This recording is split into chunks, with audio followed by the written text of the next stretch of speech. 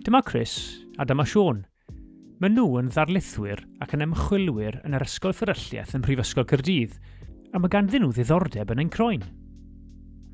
Ar hyn o bryd, mae Chris yn ymchwilio i sut mae'n croen yn ymddwyn wrth wella clwyfau, enghraifft pan ni'n cael cwt neu ar ôl llosgi, a hefyd yn ystod clefydau croen fel eczema. Mae gan Chris ddiddordeb arbennig yn y modd y mae celloedd yn croen yn rhyngweithio â bacteria sy'n byw ar ein croen. Mae Siôn yn archwilio sut y gallwn rhoi meddyginiaethau a brechlynau i mewn a thrwy'r croen yn ddiogel ac yn effeithiol. Yn Gwyddoniaeth Maes Fferylliaeth, i ni'n galw hwn yn cyflenwi cyffuriau.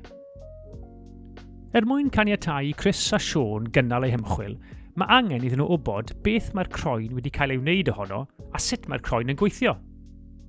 Mae'r croen yn rhyfeddol a dyma'r organ fwyaf yn y corff.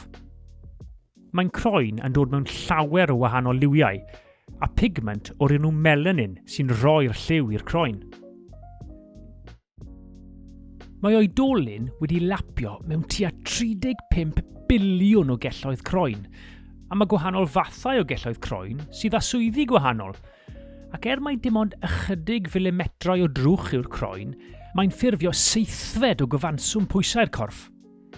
Mae celloedd croen yn disgyn oddi ar ein corff trwy'r amser, a mewn gwirionedd, rydym yn colli 200 miliwn o gelloedd croen bob awr. Mae hynny bron yn 5 biliwn o gelloedd bob dydd, neu 35 kilogram dros oes. O ganlyniad, rydyn ni'n cynhyrchu celloedd croen newydd yn gyson. Mae'r celloedd newydd yn cael ei greu yn haenau isaf y croen, a dim ond ychydig wythnosau mae'n ei gymryd i gyrraedd yr arwyneb, sy'n meddwl bod haen uchaf yn croen yn cael ei adnewyddu o 4 wythnos. Gadewch ni edrych yn agosach. Mae'r croen yn cynnwys 3 haen, yr epidermis, y dermis a'r hypodermis. Mae gan y croen 2 prif rôl. Amddiffyniad rhag anafiadau ac afiechydon, teimlad i gyffwrdd a tymheredd, a thermoreoleiddiad, sef rheoleiddio tymheredd y corff. Felly, sut mae'r croen yn ein hamddiffyn? Mae'r croen yn rhwystyr sy'n ein hamddiffyn rhag anaf ac afiechydon. Mae'n atal pethau rhag dod i mewn ac yn rheoli pethau yn dod allan. Mae gwahanfur y croen yn atal pathogenau rhag mynd i mewn i'r corff. Mae pathogen yn ficroorganeb sy'n gallu achosi clefyd fel bacteria neu feirws. Os yw'r croen yn cael ei ddifrodi, gall wella'n gyflym trwy selio toriadau. Mae ein croen wedi orchuddio naturiol a thriliynau o ficroorganebau. Rydym yn galw'r haen yma yn fflora'r croen. Mae fflora'r croen yn gweithio gyda'n cyrff i orbwyru pathogenau a chadw'n croen yn iach ac wedi ei hydradu. Pan fydd y croen yn cael ei ddifrodi, enghraifft pan fyddwn ni'n cael cwt a pathogenau'n llwyddo mynd i mewn, mae haenau'r corff yn ffurfio ran o'n system immunedd a diogelu'r corff rhag haint. Gadewch ni edrych ar sut mae rôl y croen mewn teimlad hefyd yn rhan o'r ffordd y mae'n ein hamddiffyn. Mae haenau ucha'r corff, y dermis a'r epidermis, yn cynnwys derbynyddion nerf ar gyfer teimladau cyffwrdd, poen a tymheredd. Mae'r atgyrch amddiffynol hwn yn lleirhau'r risg o gael ein hynafu. Mae gan y croen hefyd rôl fawr yn y ffordd i ni'n rheoleiddio tymheredd y corff. Mae gan y corff lawer o strwythurau i helpu rheoli tymheredd yn cyrff. Mae'n corff yn hoffi bod ar dymheredd cyson ac mae'n synhwyro ac addasu yn gyson i ganiatáu hyn i ddigwydd. Gelwir hyn yn thermoreoleiddiad. Mae'r croen yn organ thermoreoleiddiol. Mae'n rhyngweithio â chanolfan canfod gres yn yr ymennydd i helpu gynnal tymheredd y corff ar oddeutu 37 gradd Celsius, sef y tymheredd gorau i'r corff weithredu. Gadewch ni weld sut mae hyn yn gweithio. Pan fyddwn ni'n rhy gynnes, mae'r cyhyrau codi gwallt yn ymlacio.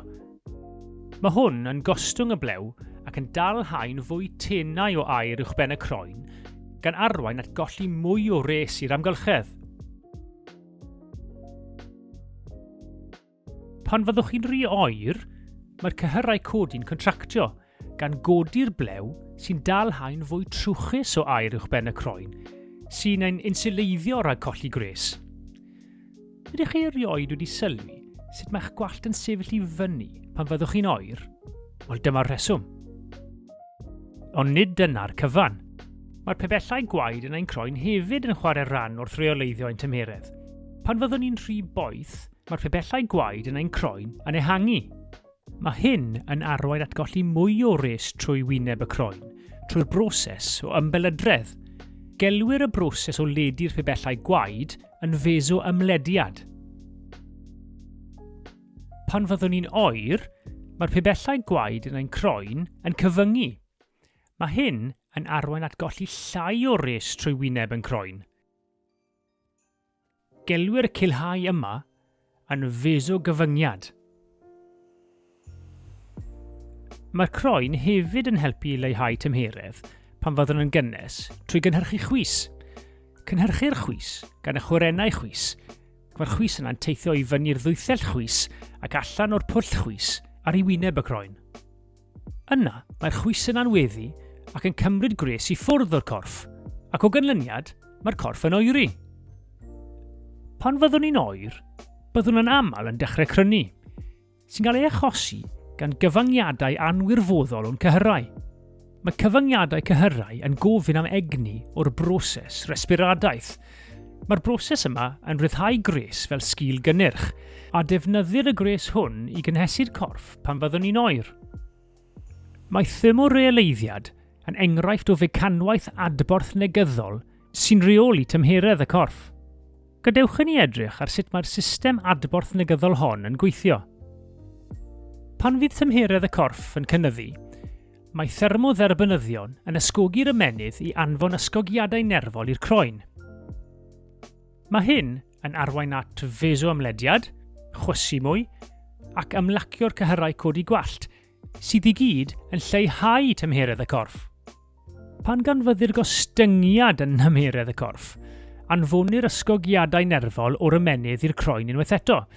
Mae hyn yn arwain at crynu, fecanwaith a chrybachu cyhyrau codi'r gwallt sy'n codi blew'r croen. Mae hwn i gyd yn arwain at gynnydd yn tymheredd y corff. Fel sydd wedi cael ei ddweud eisoes, mae'r croen yn rhyfeddol, ac mae'n ddealladwy felly pan mae gan Chris a Siôn gymaint o ddiddordeb ynddo.